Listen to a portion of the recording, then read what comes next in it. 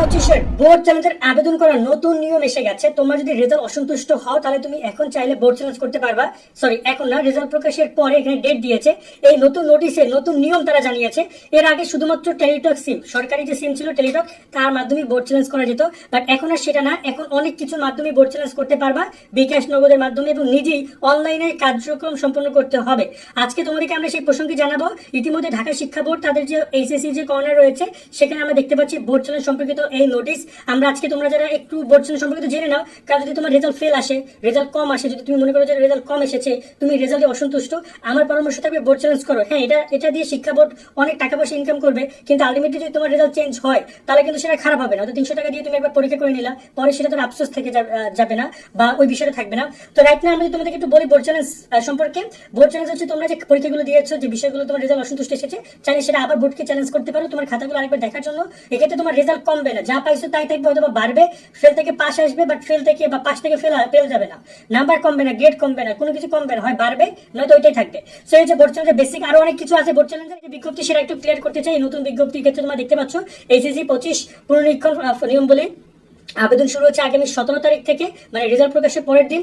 আর তোমাদের আবেদন শেষ হবে 23 তারিখ। ওকে, এই হচ্ছে তোমাদের বোর্ড চ্যালেঞ্জের নতুন নিয়মকরণ। এবং এখানে একটা ওয়েবসাইট দেখতে পাচ্ছ, এই ওয়েবসাইটে গিয়ে তোমাদেরকে আবেদন করতে হবে। তো রাইট না তো ওয়েবসাইট বন্ধ, কারণ তোমাদের এখন রেজাল্ট দেয় না। বাট এটা তোমাদেরকে আমরা ক্লিয়ার করে দিব কিভাবে আবেদন করবা, এই প্রসেসটা তাও তোমাদেরকে আমি একটু বলে বাকি বিষয়গুলো জেনে নাও। এখানে গিয়ে তোমাদেরকে মূলত অনলাইনে একটা ফর্ম পূরণ করতে হবে। মানে প্রথমে তুমি তোমার রোল নাম্বার এবং রেজিস্ট্রেশন নাম্বার দিবা, বোর্ডের নাম দিবা, সাথে সাথে তোমার রেজাল্ট তুমি দেখতে পারবা। তোমার রেজাল্ট দেখতে পারবে, এবার তুমি কোন কোন বিষয়ে বোর্ড চ্যালেঞ্জ করতে চাও সেই বিষয়গুলো তুমি দেখতে পারবা। এবং তুমি এখানে তোমার মোবাইল নাম্বার দিতে হবে। পুনরীক্ষিত ফলাফল প্রকাশিত হলে ওই নম্বর এসএমএস পাঠাবে। অর্থাৎ তুমি এখন যে নাম্বারটা দিবে ওই নাম্বারটা কিন্তু তোমার বোর্ড সেভ করে রাখবে। যদি তোমার রেজাল্ট চেঞ্জ হয় তাহলে কিন্তু সেটা মেসেজ দিয়ে জানাবে। আর এখানে বলা হয়েছে পরবর্তী স্ক্রিনে যাওয়ার পরে তোমার এক বা একাধিক বিষয়ে ফলাফল পুনরীক্ষণের জন্য বিশেষ সময় নির্বাচন করুন অপশনে ফি প্রদান করার বাটনে ক্লিক করবে। তুমি কোন কোন বিষয়ে তোমার হচ্ছে যে বোর্ড চ্যালেঞ্জ করতে চাও সেগুলো সিলেক্ট করার পরে ফি প্রদান করতে হবে। আর ফি হচ্ছে প্রত্যেক বিষয়ে 300 টাকা, প্রতি পত্রে 150 টাকা। তুমি যদি দ্বিপত্র বিশিষ্ট বিষয়ে অ্যাপ্লাই করতে চাও, লাইক তুমি বাংলা অ্যাপ্লাই করতে চাও তাহলে 300 টাকা, ইংরেজিতে অ্যাপ্লাই করতে চাইলে 300 টাকা, গ্রুপ সাবজেক্টে অ্যাপ্লাই করতে চাইলে 300 টাকা। কিন্তু শুধুমাত্র আইসিটিতে তুমি এখানে 150 টাকা দিয়ে অ্যাপ্লাই করতে পারবা। ঠিক আছে, এই যে প্রতি পত্রের জন্য, আইসিটি তো সিঙ্গেল পত্র, তাই 150 টাকা, যতটুকু আমরা বুঝেছি। বাট আবেদনের মূল ওয়েবসাইটে গেলে আর বোঝা যাবে। এছাড়া পরবর্তী স্ক্রিনে তোমাকে বিকাশ নগদ সোনালী ব্যাংক এটা দেখাবে, যেখান থেকে ফি পরিশোধ করবা। কিভাবে ফি পরিশোধ করবা সেটা আমি তোমাদেরকে দেখিয়ে দিব। ঠিক আছে, দাঁড়াও। এরপর হচ্ছে ফি পরিশোধ সম্পর্কিত বিস্তারিত ধাপ পোর্টালে হেল্প বাটনে ক্লিক করলে তুমি ফি পরিশোধ কিভাবে করবে সেটা দেখতে পারবা। বা এটা আমরা তোমাদেরকে লাইভে দেখিয়ে দিব।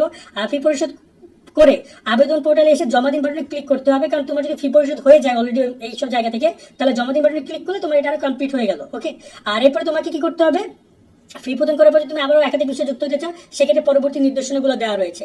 ম্যানুয়াল কোনো আবেদন গ্রহণ করা হবে না। অর্থাৎ তোমরা যদি কেউ গিয়ে বোর্ডে সরাসরি অ্যাপ্লাই করতে চাও, সেরকম কোনো অপশন তোমরা এখানে আর পাচ্ছ না। সেই হচ্ছে সম্পূর্ণ বিষয়টা আবেদনের। এবং এখানে একটা বড় ধরনের গ্যাপ রয়ে গেছে, তোমরা নিশ্চয়ই বুঝতে পারছো, কারণ ওয়েবসাইটে ঢুকে এগুলো সব দেখাইতে হবে। তো রাইট নাও তো ওয়েবসাইট বন্ধ রয়েছে, কারণ এখনো রেজাল্ট দেয়নি। তো আগামী 17 তারিখ আমরা চেষ্টা করবো তোমাদের কোনো একজন স্টুডেন্টের যারা বোর্ড চ্যালেঞ্জ করতে চাও তাদের বোর্ড চ্যালেঞ্জের তথ্যগুলো নিয়ে আমরা এখানে বোর্ড চ্যালেঞ্জ করে দেওয়ার চেষ্টা করবো। ঠিক আছে, এবং তোমাদেরকে দেখিয়ে দিব। এক্ষেত্রে তোমরা আমাদের আবারও বলতেছি, যারা বোর্ড চ্যালেঞ্জ করবে তারা বুঝে শুনে অ্যাপ্লাই করো, কারণ নতুন নিয়ম। এর আগে নিয়ম ছিল টেলিটক সিম দিয়ে বোর্ড চ্যালেঞ্জ করা যেত, বাট এখন যেহেতু সব জায়গা থেকে বোর্ড চ্যালেঞ্জ করা যাবে এবং এই নতুন নিয়ম এই বছর চালু করেছে, আবারও বলছি তোমাদের এই ফার্স্ট টাইম এরকম চালু করেছে। এর আগে আমরা কোনো সময় এই নিয়মটা দেখি নাই। সো তারা সেক্ষেত্রে বুঝে শুনে অ্যাপ্লাই করাটাই তোমাদের জন্য যুক্তিসঙ্গত হবে। আমরা তোমাদেরকে এটা ক্লিয়ার করবো যখন আবেদন শুরু হবে, তখন আমরা আরেকটা ভিডিও করে জানিয়ে দিব কিভাবে তোমরা আবেদন করবা, সামথিং কি কি বিষয়গুলো রয়েছে। এই জন্য অবশ্যই চ্যানেল সাবস্ক্রাইব বা ফেসবুক পেজ ফলো দিয়ে রাখবা।